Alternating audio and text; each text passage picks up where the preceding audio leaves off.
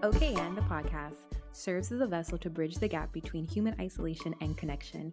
We are all going through something. However, what happens when we start sharing our stories? We will be able to connect, heal, and grow. Come with me and my guests on a journey that will uncover their OK and moment. I'm your host, Just Jess. Let's get started.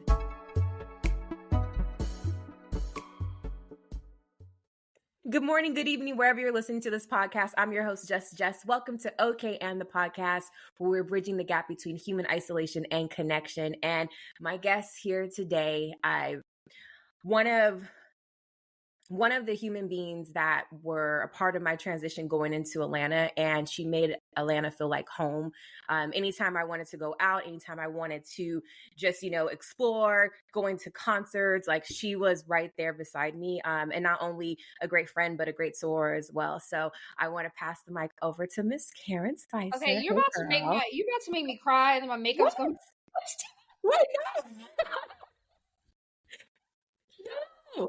The same way about you, Jessica, and I miss you. I really do. I was very sad when you moved back to California. I understood why you did, and it was career moves because you're a boss, and you have this podcast, which is amazing, and I love it.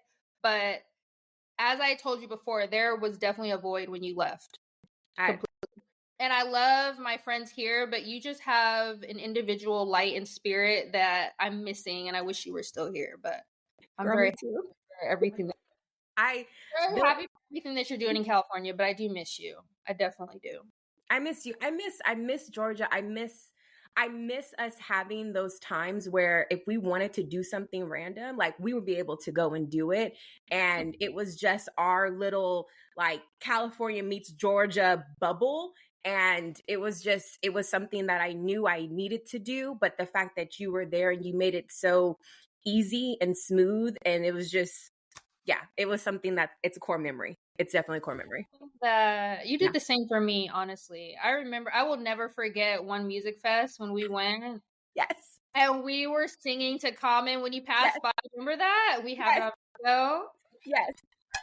It was like he passed by us, and it was like this like silent, like a 2-second silence, and we just screamed like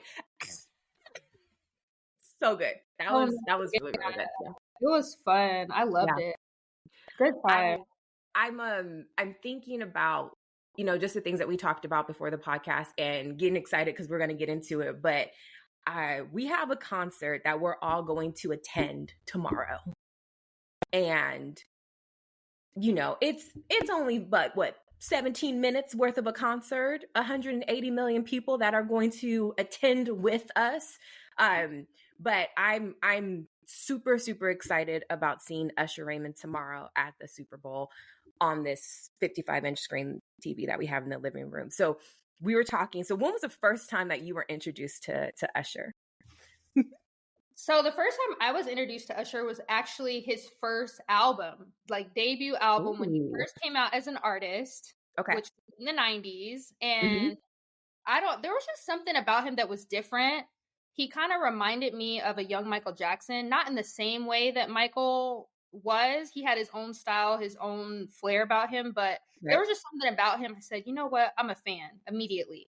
And then when I was 13, me and my friend India went to the Usher concert, and we were fangirls. We had the t-shirt, everything. There's pictures. Somewhere there's pictures, Back then we didn't have phones. There was no digital cameras. So somewhere there's a physical photograph of us at the concert. So I've always been an Usher fan, but then when I moved to Atlanta, I actually have some things that I want to share because it's really funny. So when I moved to Atlanta, I thought, people are like, oh yeah, Atlanta, this is like the Black Mecca. This is like entertainment capital, film and television. You're going to see celebrities everywhere, right? And I'm like, okay, yeah, right. So when I first got here, I worked at a spa. It was a luxury spa. And one day I'm at work, and I'm getting ready to close the spa. We maybe had like half an hour, 45 minutes left in the workday. It was slow. There wasn't a lot of people there anymore because the rush had already passed. And so I'm sitting in my office, and at the time I was a spa operations manager. My phone rings. And I pick up the phone, and the person on the other end says, oh, it's Usher. And I said, oh, hello, Mr. Usher. He's like, yes. So my name's Usher Raymond. Uh-huh. What? I said, "Oh, okay." And of course, I'm a manager. I have to be professional. I had experienced other, celebrities, public figures come into the spa. So I knew that it wasn't out of the ordinary for them to Right. call me, because I had been called, Kelly Price had called me before, which threw me off too, because I love her music. So Icon. Yeah. he Yep. called talking about, this is Usher Raymond, and it sounded like him. That's the thing where I knew it wasn't a Was it joke. like smooth, like raspy, like just It sounded like him. He said, this is Usher Raymond, but a lot of times people will use aliases and things, right? right? So right. I paused and I said, Usher Raymond? And he said, yes. And I said, hello, good evening. How may I help you? But Jess, when I tell you, I wanted to break professionalism so bad and be like, Usher, oh my gosh, you like it my way. Like, right? I want I would be like USHERRA. I remixed one of his songs. They call me US HER. I used to, they call me KARENEVERETT.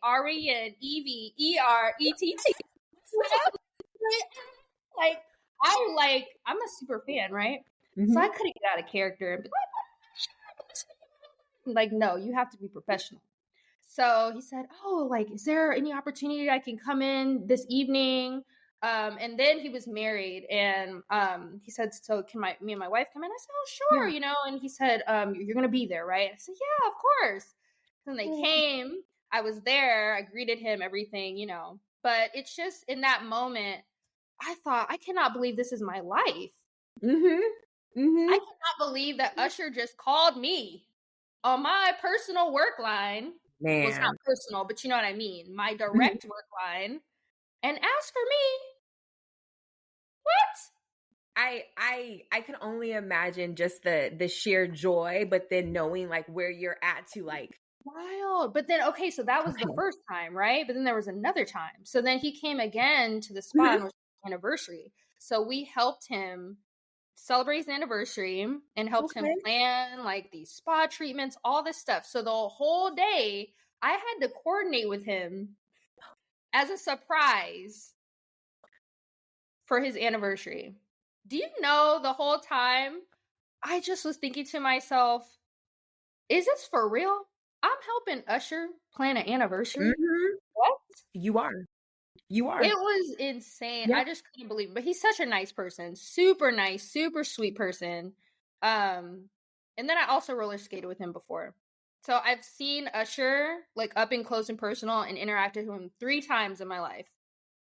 Can you believe that? Because well, and most people don't do any of that at all, let alone just to be able to work with him like from a one-on-one perspective too, and then do something that he loves to do, which is roller skate. So that's just phenomenal. No, and I couldn't go to the Vegas residency. My dad went to Vegas with all of our family members. I was trying to go in France, so I was in Paris, France at the time when he was doing okay. And the only reason why we didn't go is because my card, they thought it was like some fraud hold or whatever. And they said, oh, we have to hold it because it's weird that you're like buying these tickets. Because so one of the banks, I told them, I'm going to be traveling. I always do that. But then the other one I forgot to tell them I was traveling. So they said, yeah, we thought it was fraud because you're like in Paris buying tickets to Usher concert. Yeah. I mean, thank you for the protection, but no thank you when I'm trying to get these tickets. I get it. And like the whole process of like getting it going, I said, you know what? Like, and I tried to buy them again and it kept happening again. And they said, we're so sorry. Like, it's our system, whatever. So I was like, don't worry about it. So I ended up not going to the concert. We ended up having dinner or whatever.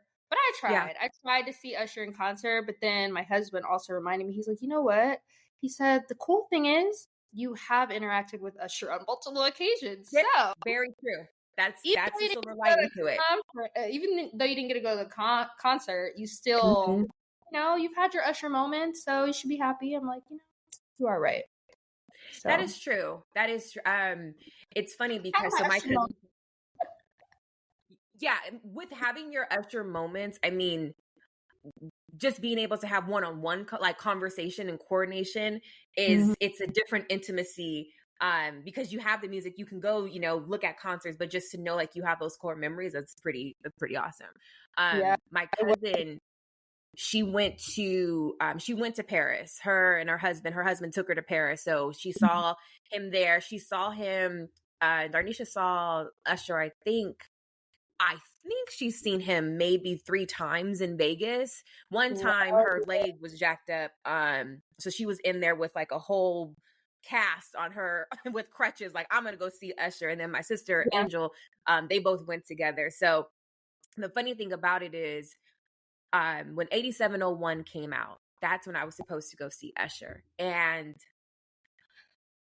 I got in trouble for, I don't know what I got in trouble for. I'm still trying to figure out if it was my mom found like a letter that I wrote to a boy, something along the lines of a boy. I know that. But 8701 was happening. He was in concert. My parents got me tickets. And because I got in trouble, I wasn't able to see him. They took my tickets away. And so since then, I've been trying to see Usher. And I'm like, look, Vegas happened. But it was crazy because the Vegas tickets were, at first, when he first started his residency, they were decent, and then I think post Kiki Palmer, they went up to like $700-800, and I was like, yo. More celebrities that started showing up, the prices started raising. That's similar to Coachella. Coachella, we used to go back in the day. I mean, nobody cared about it, but it definitely wasn't on the level of popularity that it is now, for sure. I don't know if Coachella is going to do good this year. I mean, because their lineup was, I think, is it No Doubt that's going to be there? Maybe. Yeah, I saw the lineup. Yeah, it's not. I don't know. I wanted to go for my birthday, but then, no, too much. One of my somebody I know like works for it, and they're just like, this just year, come on down. And the lineup wasn't released yet. They're like, it might not be all that, so maybe just save your money. I mean, it would be cool for Usher. I mean, I know there's probably going to be a tour. Well, there is a tour happening, because Sade, her and her sister got tickets to go see him in Inglewood.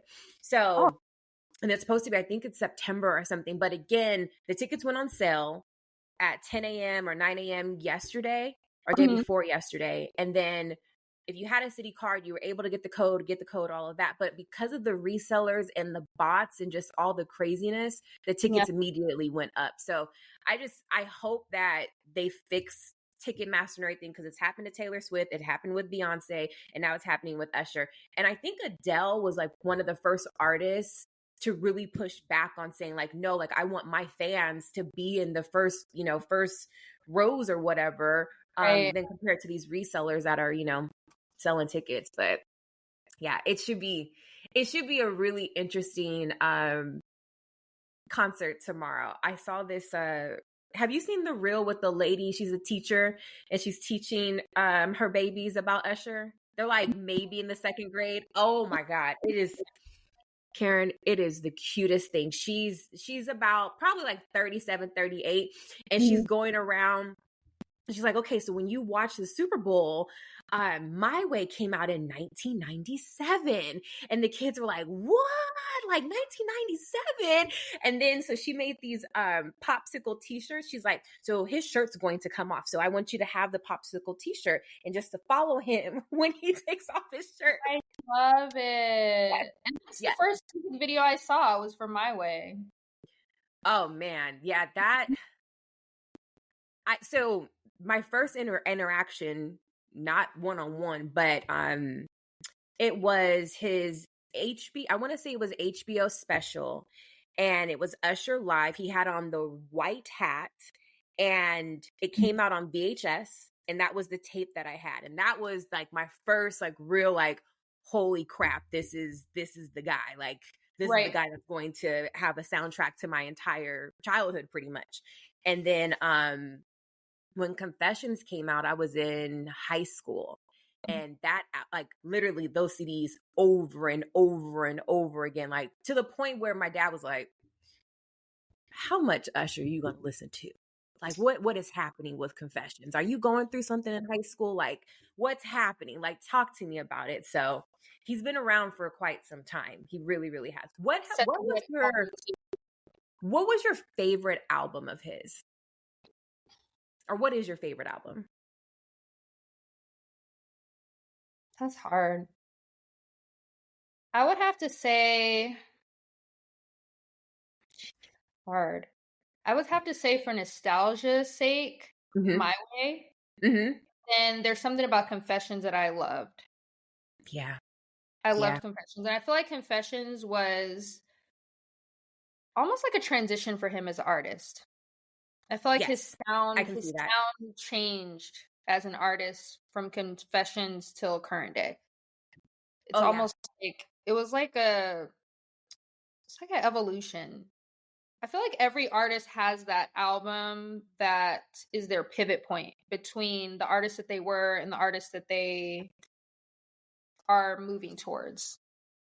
Every artist has it. Beyonce, Jay-Z, everybody.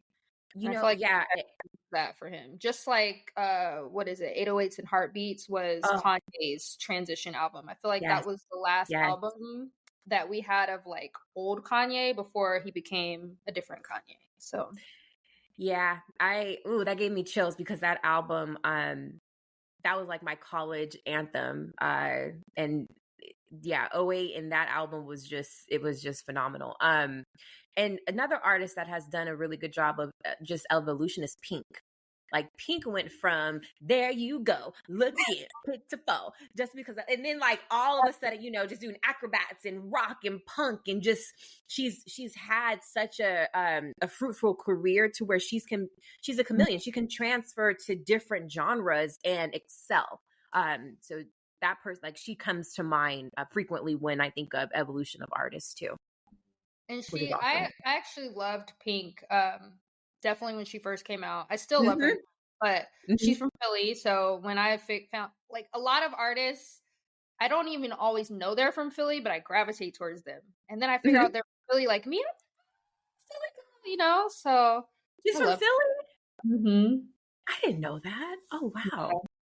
Okay. And she started out R&B, but yeah, now her flavor vibe is completely different. But I also feel like she's that's who she was in the beginning. I feel like a lot of times in music, artists go through what they call it, A&R and artist development, and they're developed in one way in one direction. But then I feel like over time they find their groove into, you know, who they really want to be, the music that they want to sing and what they want to speak to. And I feel like with her, they kind of saw her look and molded her for R&B, but then over the course of her career, she's started making music that spoke to her, you know?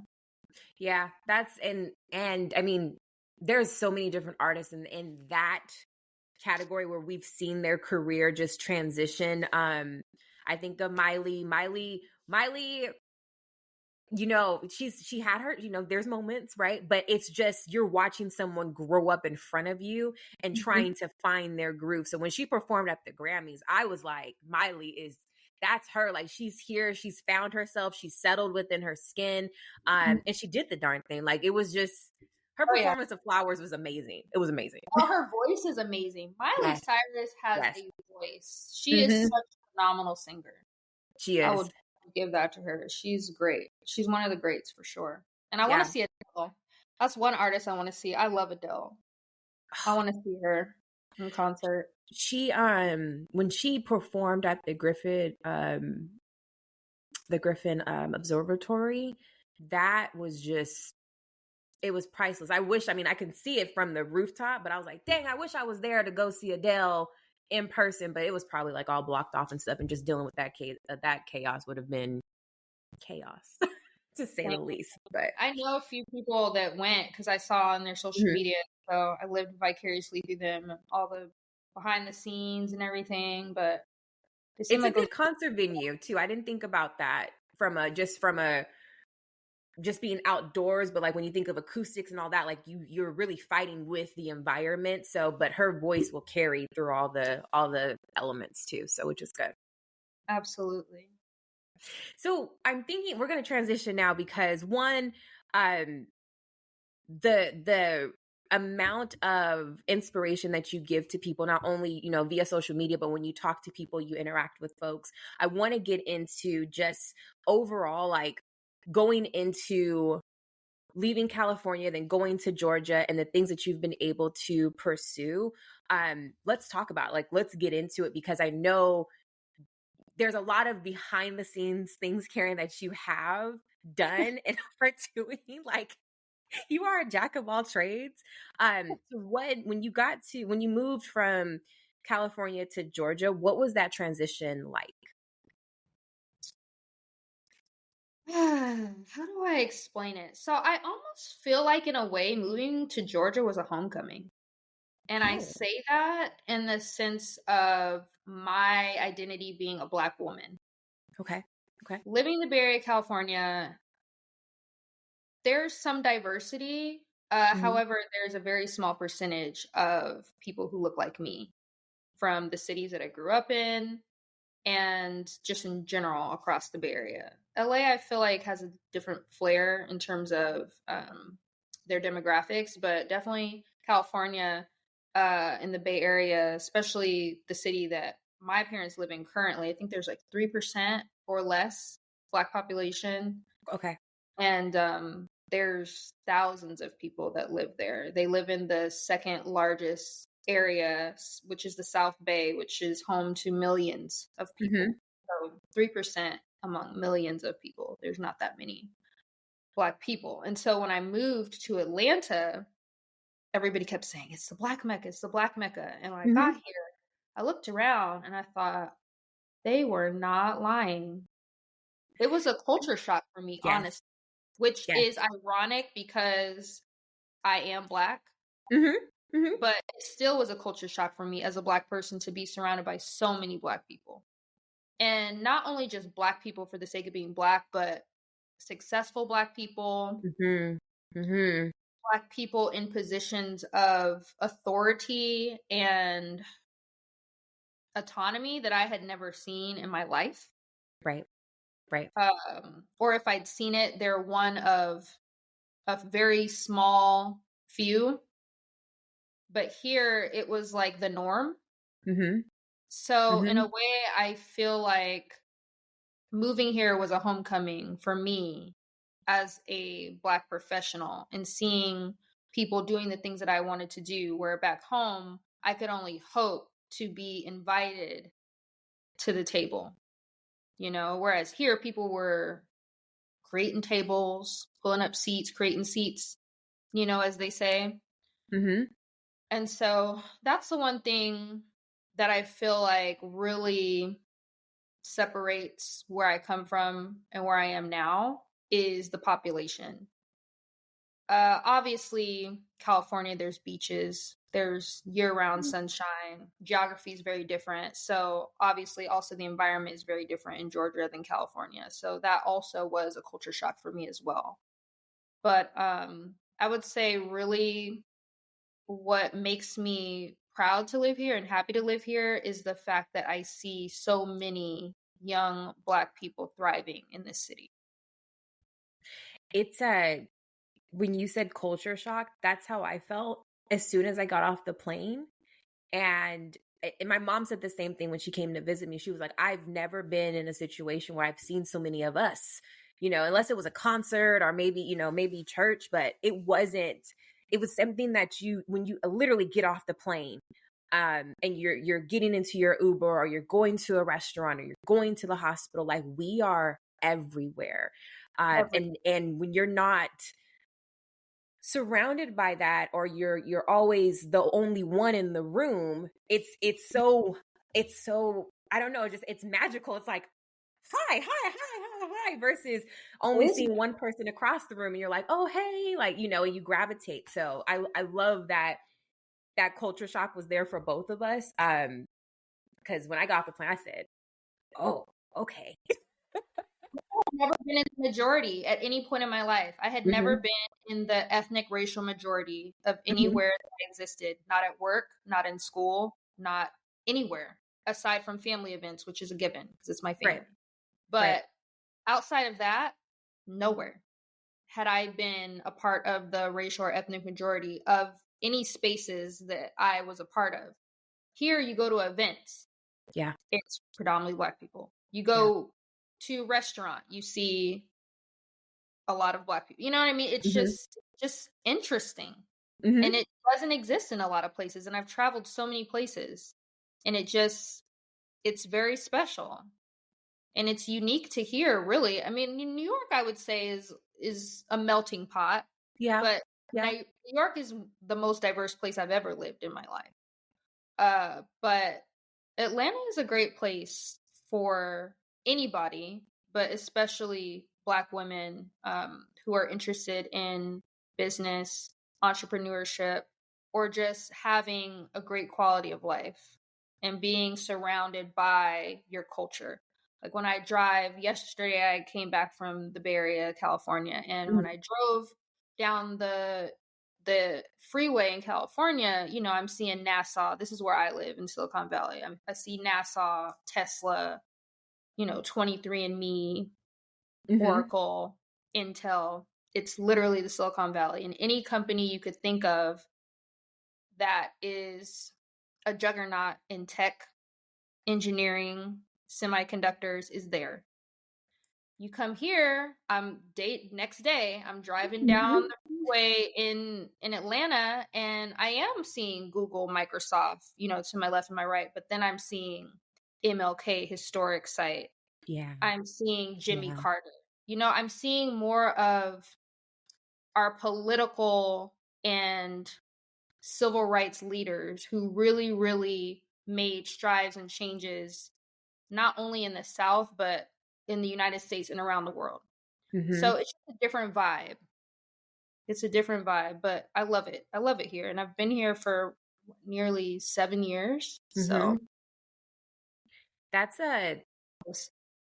one of the things too where I didn't really, you read about MLK and you read about different things in history books, but it's different being there. It is different going to MLK's memorial and just witnessing and going to Ebenezer Baptist Church and just the history that we were not exposed to unless you go to Atlanta, unless you take a college course that's really going to give you the details that you're not going to learn, you know, K through 12. They're not going to be there. They're not going to be there. I remember going in, I took my grandfather and I took my great uncle to MLK Memorial, and they were, I mean, emotional. Papa is a veteran from Vietnam. And then just looking at these very well-rounded Black men to come to MLK and just for them to feel that emotion because they lived through it. You know, they lived through it from a California lens, but to be in Georgia, to see it and to feel it was just something that I you can't explain it. Like you have to be able to go and witness all the goodness that we've had, but all the tragedies that melt into our culture. So it's I feel like everyone should be able to either visit or live in Georgia because it just agree. connects you to your roots. It does. Absolutely. And it's just people that you just don't expect to be in rooms with. Like I went to Ambassador Young's 90th birthday. I would have never probably thought in a million years that I would be in the room with somebody who fought beside Martin Luther King Jr. and Abernathy and so many other people. You just never think that when you're a Californian and you grew up in California that doesn't in your vicinity have such a focus and emphasis on civil rights history or Black history and culture. Especially too here, you have, you know, Spelman, Morehouse, Morris Brown College, Clark, you know, Atlanta.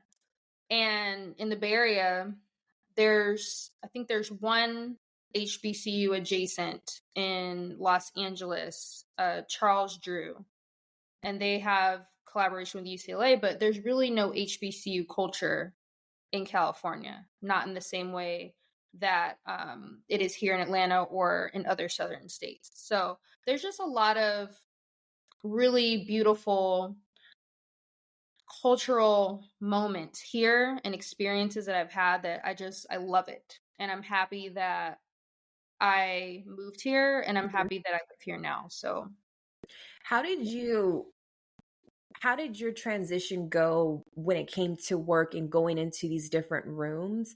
How did you transition from, having one particular lens living in the Bay and then even living in New York? Like, how was that transition for you coming to Atlanta for work? I would say, so when I first came to Atlanta, I worked at a luxury spa as operations Hmm. manager.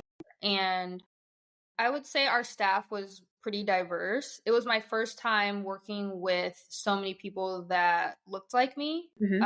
Normally in the Bay Area, it was maybe myself and one other person because I worked in tech Got it. primarily when I lived in California. And New York, I was there more as a student. So I would say, I don't work wise, I did interact with people at the different companies that I had internships with. And I feel like the New York mentality is very much work hard, uh, Hmm. collaborate, network, hustle, grind. It's a grind there. And the energy is very much grind, grind, grind. You know, that's that's the move there. Everybody's moving, everybody's to the next thing and making sure they network and they know who's who in the room. Hmm. Whereas I feel like in Atlanta, it can be that way, but it's also a lot more laid back. Mm. People have a little bit more of a southern hospitality here Hmm. where they'll smile at you, they'll say hi, they'll pick up a conversation. That doesn't always happen in New York. Sometimes it does, but not as much as here from what I've experienced. And also the same with California. People kind of are just in the mode of moving, constant movement onto the next thing. There's level of urgency and but California is different in the way where there's more of a relaxed mentality that I think that Yeah. I have. Yeah. And so when I'm in other environments, sometimes it's challenging for people to understand me right away. So, for example, working in film and television, I've worked as a coordinator Hmm. and I always will get my work done, but I do it my way. Hmm. We were just talking about that. Right. Reference Usher or anything, but I do things Yeah. my way in my style because I'm very comfortable in who I am. And so Hmm. whenever I show up in spaces, I show up as my authentic self. I don't code switch, I don't do anything. I just show up how I am. Hmm. So for me, I'm a very relaxed individual, but I get my work done. Whereas in certain environments, people are used to frantic, like, we gotta do this, da, da, da, da. I need to Right. look busy. And I just don't do all that. And I still get my work done. So I feel like in Atlanta, because there's a melting pot of people from New York, from California, and then you have Atlanta, Hmm. everybody has their idea of what working efficiently means, what team building means, what networking means, and how to be successful. And here, because you have so much influence from the North, and then you also have the South, but because the personality styles are very different, Hmm. Hmm. it's just, it's interesting. That's the best way I can describe it. It's very interesting to be in working environments here because I can usually immediately tell who is a transplant and who is not. How? I would say Atlantans are, and not to generalize, but I just feel Mhm. like there's more of a comfortability that they have because this is their home. Yeah. And Yeah. they tend to be more outgoing, I feel like, in the sense of getting to know people and Hmm. talking to you, trying to figure out, what you're about. But I feel like that's more of a generalization because Californians and New Yorkers are that way too. People from the East Coast are that way too. So I think at the end of the day, I've had a lot of conversations with Georgians. I don't come across native Georgians a lot here. That's Uh, rare. That's rare. come around transplants. So when I do talk to native Georgians and I work with them, they usually express the same. They say, I work with so many people that are not from here. Everybody's Hmm. moving here. The traffic is Hmm. getting, crazy here. I Yep. miss Old Atlanta. This is the new Atlanta. Well, of course, I don't know anything about the old Atlanta, so I can't really compare what new Atlanta is versus old Atlanta. But what they have told me is that old Atlanta had more culture and community, and now they feel like it's become more of just a grind and a metropolitan city where there's just skyscrapers going up everywhere. Yeah. And that it's losing the heart and the essence and the personality that it once had before, when like Freaknik was here and you had, you know, just mom and pop businesses and just a lot of different cultural activities Movement.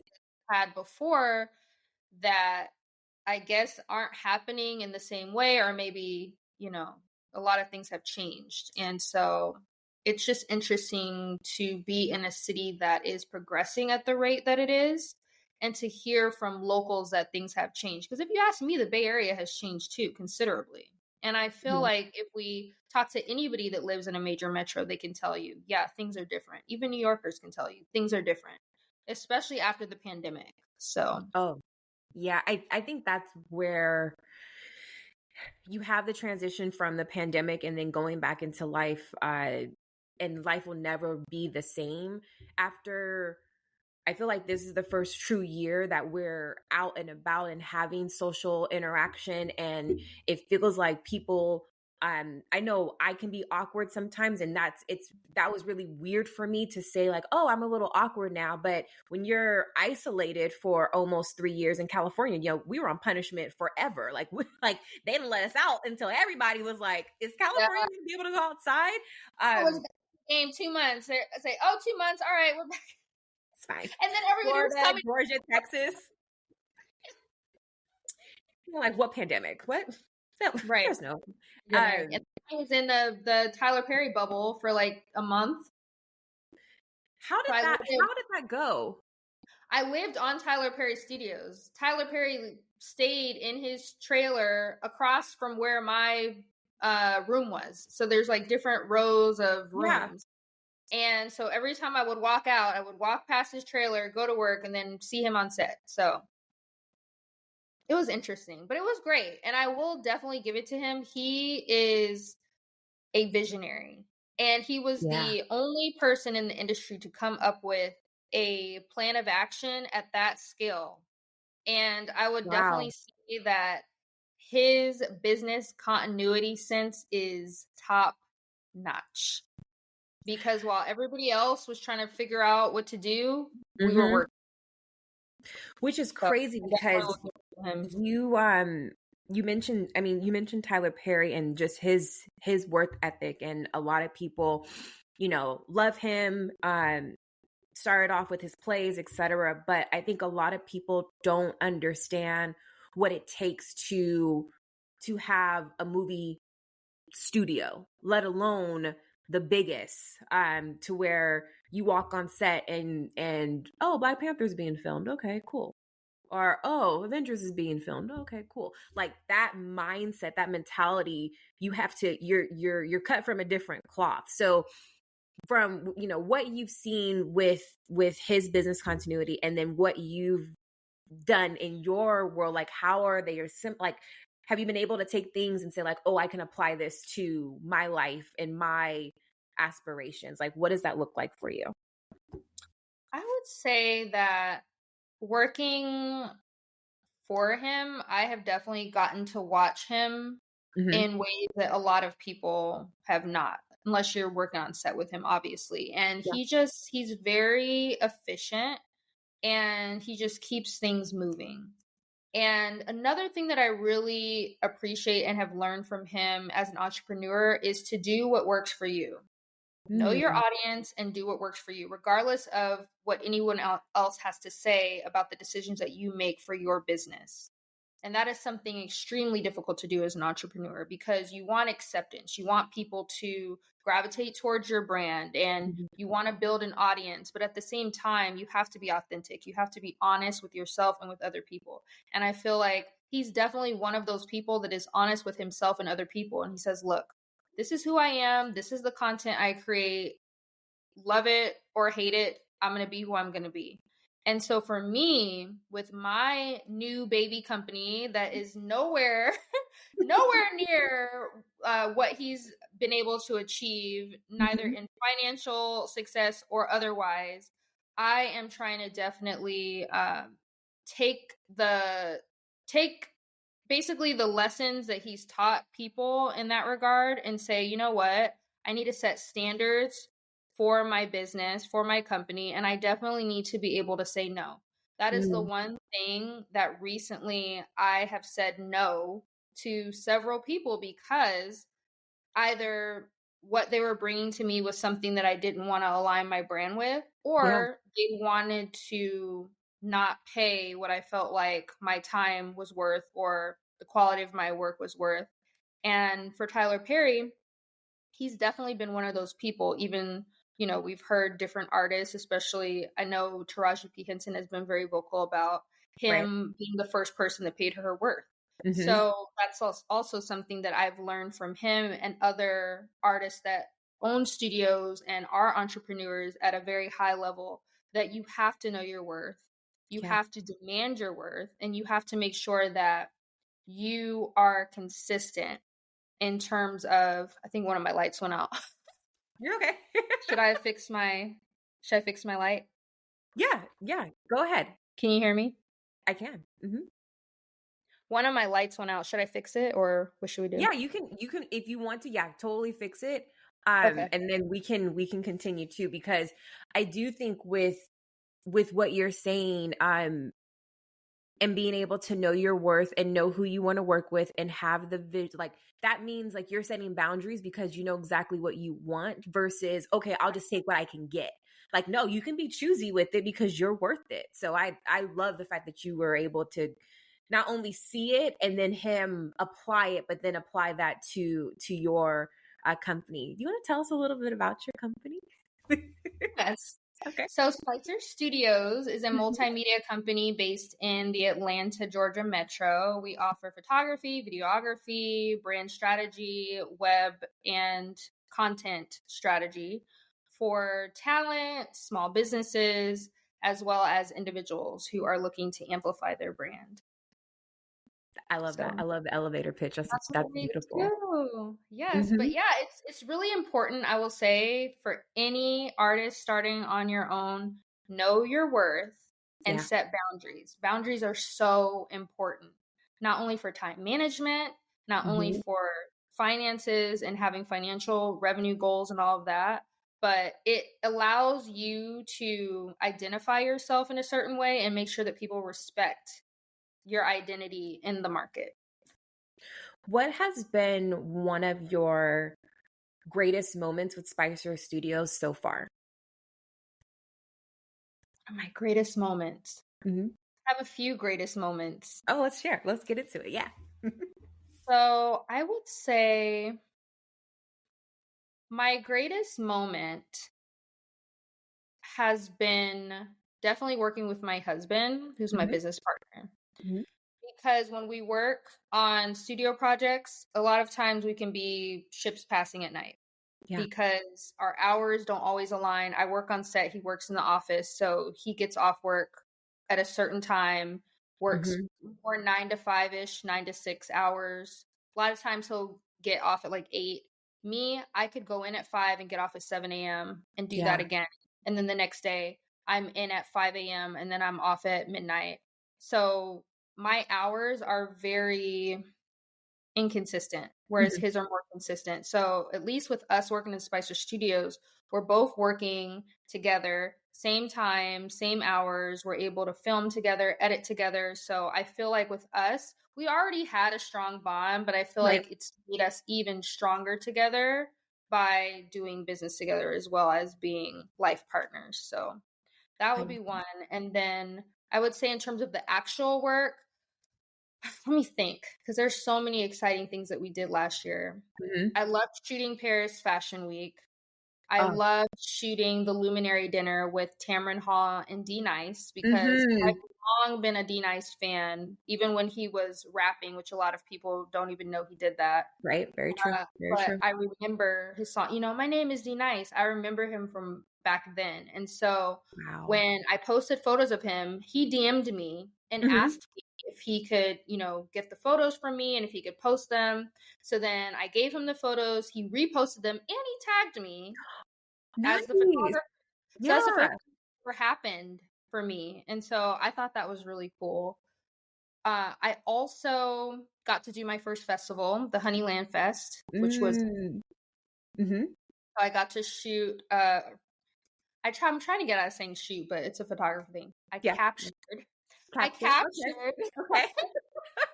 Captured different, photographer or different artists. So culinary artists as well as musicians. So Mary J. Blige, got to see her up close and personal, and I love her. Iconic. And that was my first time ever seeing her up close and personal, because I've been to her concerts before, but this time I was able to see her. I was in the pit and I was photographing her. And then she also talked about her wines, because she also had a wine company, Sun Goddess Wines. So she was talking about that.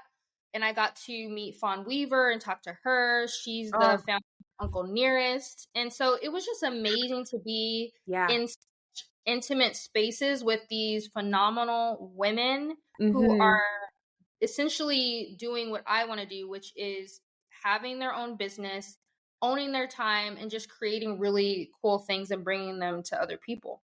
And so that experience, I would say hands down, has been one of the greatest experiences for me as a photographer. And I would say jointly with me and my husband has just been us being able to film different upcoming artists as well as events around the city, and having people reach out to us and appreciate our work. It's just been really great. It's been really great. I love both of y'all because you work so well together and your bond is just immaculate, and to be able to take that to business is priceless, like priceless. And there, when you mentioned Fawn Weaver, I mean, that woman, she's amazing. She's a boss, but she's so nice and down to earth. I love her. She's amazing. I first got Uncle Nearest was at Trader Joe's, and this had to be maybe 5 or 6 years ago, and I like some brown liquor, liqueur, and they had like a little tag. It was first Black owned, and they just gave you all the different things. And then I started seeing her pop up with different collaborations. Like she had one that we saw like in a hotel lobby. I'm like, who is this woman? So I found her on LinkedIn and really just went into her story with her and her husband. And now I think they just purchased the largest, oh, don't get me a line, but the largest vineyard. It's something that they purchased over in Italy to expand. And it's just, and then the work ethic and the culture, it's just, yeah, she's iconic.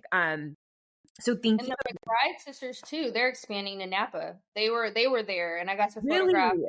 Yes, I got to photograph one of them, and they're expanding too. So it's the food and beverage industry with Black artists the future is so bright.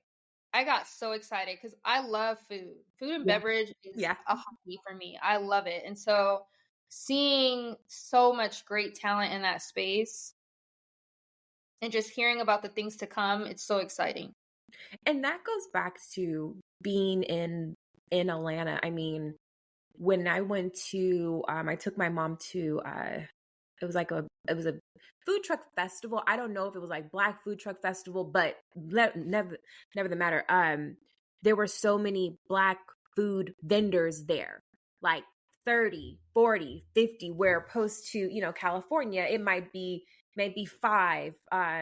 Now we have Black on the Block, which is beautiful because we're able to see Black and brown communities come together and you're able to buy, but to be there and see the variants, I mean, from vegan to Jamaican to like Haitian to, American food, like everybody was doing it. You get introduced to, I mean, I remember we were in, was it Savannah, Georgia, and there was a Black owned honey company. And they talked about like the different bees and the different honey. And I'm like, Black folks into bees? Yes, we're into bees. Yes. We're into honey. Yes, we're into that. Okay. So it expands your horizon when you start to see us in different areas. Absolutely. I mean, I think back to like, oh, what do you want to be when you grow up? And I wanted to be a marine biologist. Like it was an archaeologist or marine biologist or a judge. Those three was random. But one of my family members told me, they're like, hey, Jess, marine biology, what are you going to do about your hair? You just killed a 5-year-old's dream talking about her hair, and she wants to be Little Mermaid looking at sharks and stuff. But now there are Black marine biologists out there that are on National Geographic. And so I get so emotional because I didn't have that as a kid, but now these kids have it. When you think of Black journalists or women in sports, we're everywhere. We are we are the analysts. We're behind the camera. We're in professional development. Like we are in sports where, growing up, it was, you saw Cheryl Miller, when she didn't want to play for the WNBA because she was a little bit older. So she went into working with, I think it was TBS or TNT. I forget which one. But you didn't see that. But now it's like you have so many different images that are out there, which makes it all more special. Absolutely. I call it a renaissance. Yeah. I call it a renaissance. And I would say that album that Beyonce came out with, it's relevant. I feel like we're going through a renaissance in so many different regards. Whether it be the Fearless Fund right now, who's fighting for the right to give funding to women of color, or Ray talking about, possibly going independent. There's a paradigm shift happening right now. And there's a shift up for a lot of people, even for my industry, because, we had a strike, which that was, when I tell you, a trying time. Yeah. That really, that was what the strike is what had us create Spicer Studios, to be quite honest. Really? I had the LLC before, and I was going to do something different with it, go in a different direction, do candle making, which you see behind me. I love candles. I love it. So I still make candles, but that's been tabled, and it's going to be under another brand that I have. But at the time, Spicer Studios was supposed to be my maker company where I made things, and so I had it there. And then when the strike hit, I thought, you know what? I do have that LLC, and it fits the other vision that I had, which was creating content. Yeah. And so, but because I never had time to consider when I was going to create content, because I was always helping other people make content. Exactly. Create content. When the strike hit, I thought, oh, this is the time. This is the moment. Spicer Studios. And then it worked because I shared it with Jawan. I said, what do you think about Spicer Studios? He said, oh, I love it. Let's do it. Yeah. Yeah. And he's a Spicer, so of course it works for him too, Right, so, right. Yeah, I love the name. Of course you do. Of course you love the name. You love the name. So yeah. So I originally founded Spicer Studios, but now we are together working. So, it's just, I think what I love to see and what I've seen come out of the strike, come out of the pandemic, is people just being resilient, people figuring it out, people bearing their soul in a way and talking about things that they might not have had to talk about or wanted to talk about before overcoming challenges. Sadly, a lot of people that were impacted by the strike committed suicide. People lost their homes, people were evicted, people had their cars repossessed. So many things came out of that 8-month period of time. And it's heartbreaking. It's so heartbreaking. And even now there's a lot of people that are not working. There's people that have exited the industry that just, threw their hands up and said, like, I'm done with this for their various reasons. But I would definitely say that the strike, though a victory in some ways for the writers and the actors, was definitely collateral damage for the rest of us that were involved. Wow. So I think in this phase, a lot of people are starting new businesses. A lot of people are thinking about how they can be multi-talented and diversify their income. I even got asked a lot of times, how do you do so many different things? Mm-hmm. So I think people are just ready to not put all of their eggs in one basket and be agile in the way where if one, thing doesn't happen the way that it's supposed to, or things fall apart in one area, they can bounce to the next thing. So, well, you are a walking renaissance in all the things that you are able to accomplish and do and pivot and have flexibility and have grit. So I want to say thank you for coming on the podcast, Miss Karen. This was so much fun. And then we'll invite you back because I know we have multiple stories, multiple conversations that we can have. So until next time, y'all, take care. Bye.